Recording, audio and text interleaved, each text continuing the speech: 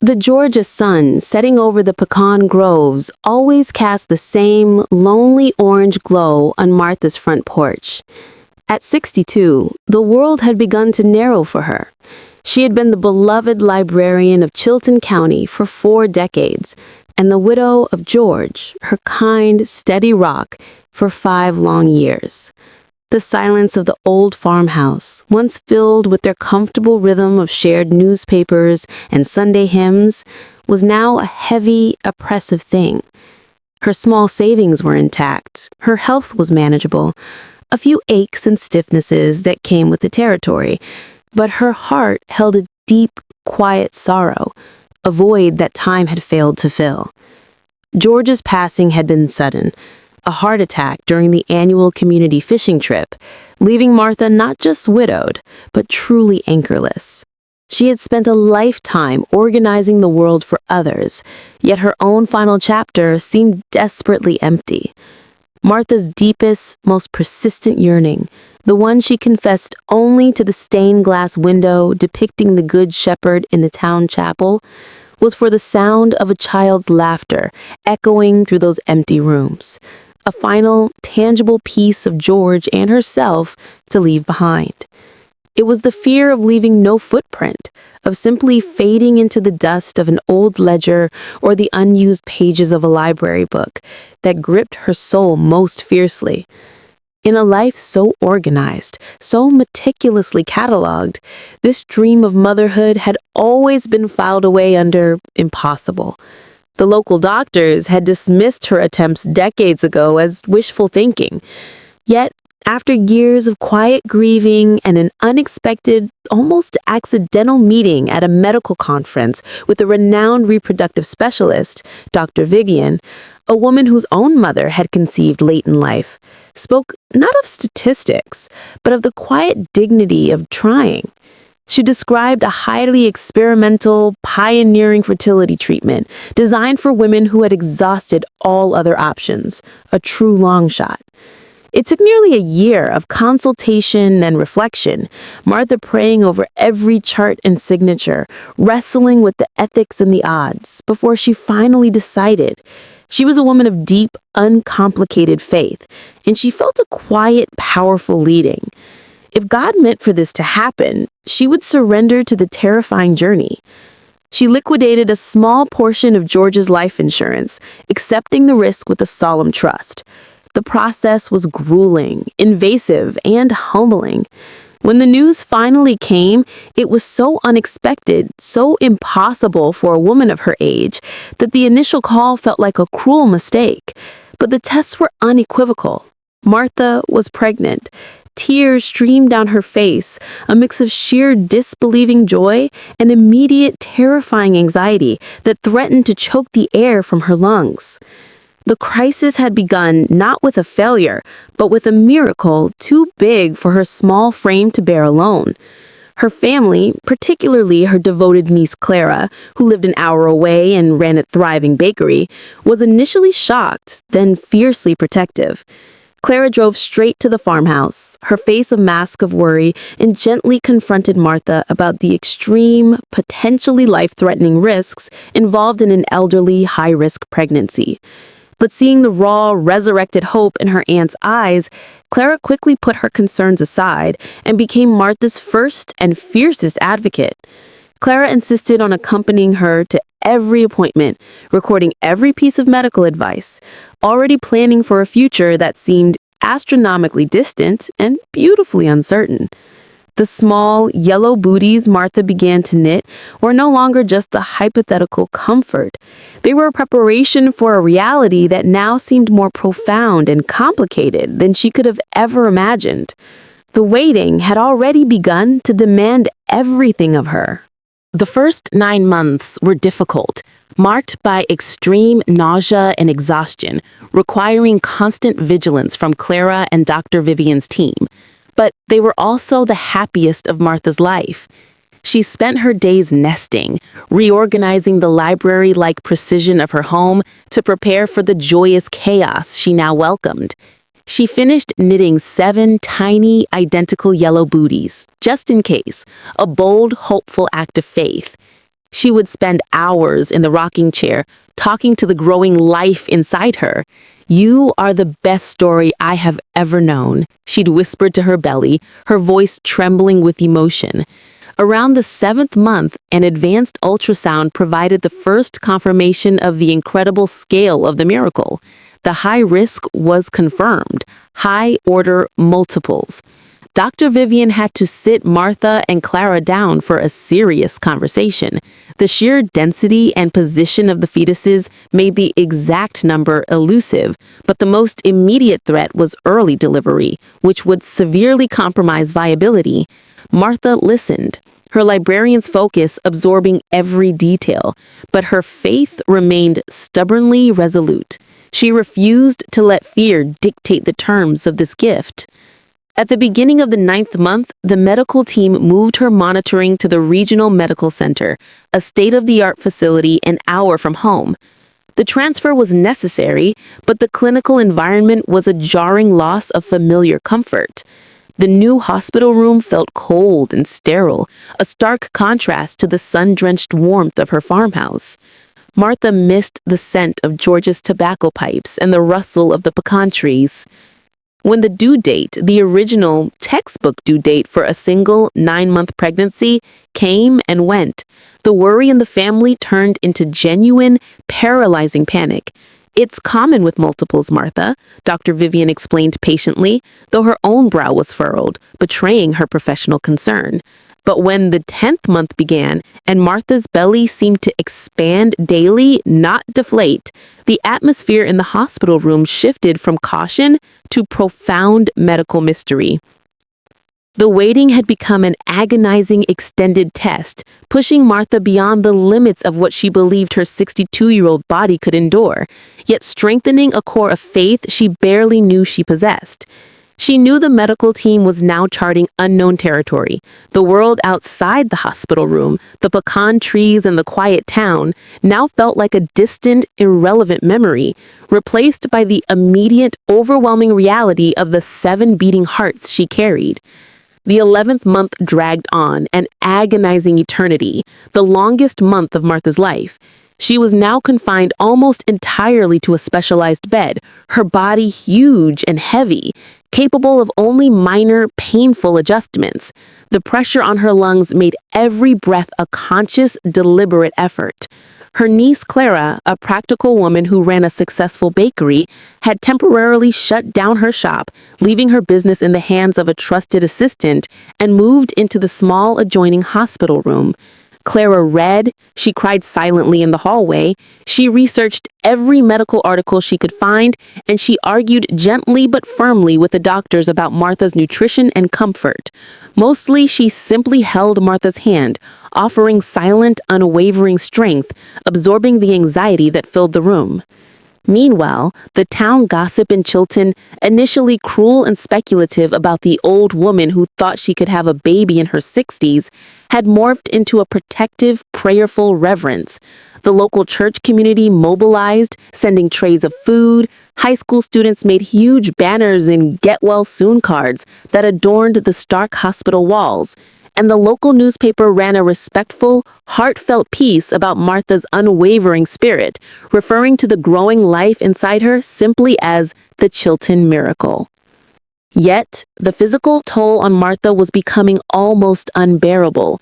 She could barely manage the small portions of food she was encouraged to eat, and sleep was a fragmented collection of 10-minute naps between discomfort and monitoring checks. The medical reason for the prolonged, baffling delay, Dr. Vivian finally explained, was not simple miscalculation, it was biological destiny. The advanced imaging now clearly showed 7 distinct heartbeats, 7 distinct lives, and the reason they hadn't progressed to labor was profound and unique. Due to the sheer number and limited space, the babies seemed to be developing in an unusual, staggered pattern, one that required a longer gestation period than any known medical text could account for to ensure each child reached a viable developmental stage. The uterus, through a medically baffling resilience, was holding on, pushing the boundaries of human physiology and forcing Martha to endure a marathon beyond modern science's comprehension. Dr. Alistair, the stoic chief obstetrician, admitted in a private meeting with Clara that Martha's body was performing a medical feat they could only observe with a mix of awe and terror. The babies needed the time. Martha was sacrificing herself to give it to them. The start of the 12th month brought with it a profound sense of despair and spiritual exhaustion. Martha felt the weights of her own mortality crushing down on her. The fight to simply breathe had become a constant, conscious effort, overshadowing even the anticipation of motherhood. "I'm afraid, George," Martha whispered one night into the empty air, convinced she was reaching the absolute end of her capacity, her voice weak and reedy. Clara's eyes were perpetually red-rimmed, watching her aunt fade, the light in her eyes replaced by the shadow of relentless pain and exhaustion. Dr. Vivian and the medical team were now locked in a daily ethical and medical debate. The risk to Martha's life, her heart, her lungs, her very survival was now exponentially higher than the risk to the children, whose staggered development was finally reaching a critical mass. The conversation about inducing labor, a conversation Martha had stubbornly resisted, became a non-negotiable directive from the hospital ethics board. They could no longer justify the wait. But even the strong induction attempts failed to trigger a full, self-sustaining labor. The babies, in their cramped, miraculous haven, were simply not ready to release their mother, clinging to the life support system she provided. This grueling wait became the ultimate test of Martha's faith, stripping away everything but her core belief. She recalled George's last words to her, uttered calmly during his final moments. "Just hold on, Martha. Just hold on." It wasn't just a physical plea. It was a spiritual command that resonated with the reality of her extended pregnancy. She stopped fighting the pain and the pressure, and instead, she began to channel it, turning every stabbing contraction, every suffocating moment into a prayer, a mantra of survival for her children. She imagined the tiny developing souls inside her, each a fragile, unique spark, fighting their own separate battles to reach the finish line. Martha was no longer just Martha, the librarian. She was a vessel, a living testament to an unbelievable promise, and she wouldn't allow herself to fail them. She felt George's presence now, not as a fading memory, but as a warm, comforting pressure on her hand, a reminder that this long, agonizing journey was merely the difficult, demanding price of her miracle. The crisis of the 12th month reached its zenith during a cold, silent, early morning shift. The monitors began to scream, their shrill, insistent beeping slicing through the quiet tension of the room. Dr. Alistair, the chief obstetrician, who had been reviewing charts nearby, rushed in, his face grim and pale. "We're losing them, Martha," he stated, his voice clipped and serious, a tone of finality that left no room for debate. "The blood pressure is crashing. The internal readings are catastrophic. We're going in now." There was no more time for discussion, for prayer, or for hope. It was a desperate, chaotic race against the clock.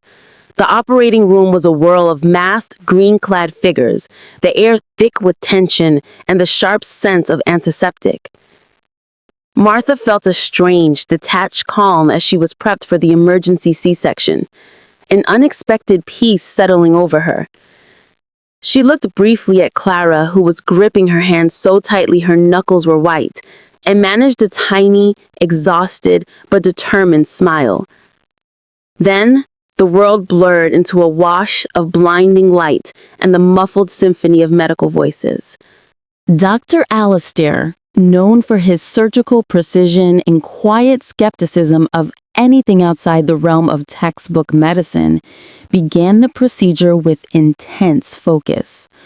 The first child was delivered, a tiny, frail girl, but crying weakly.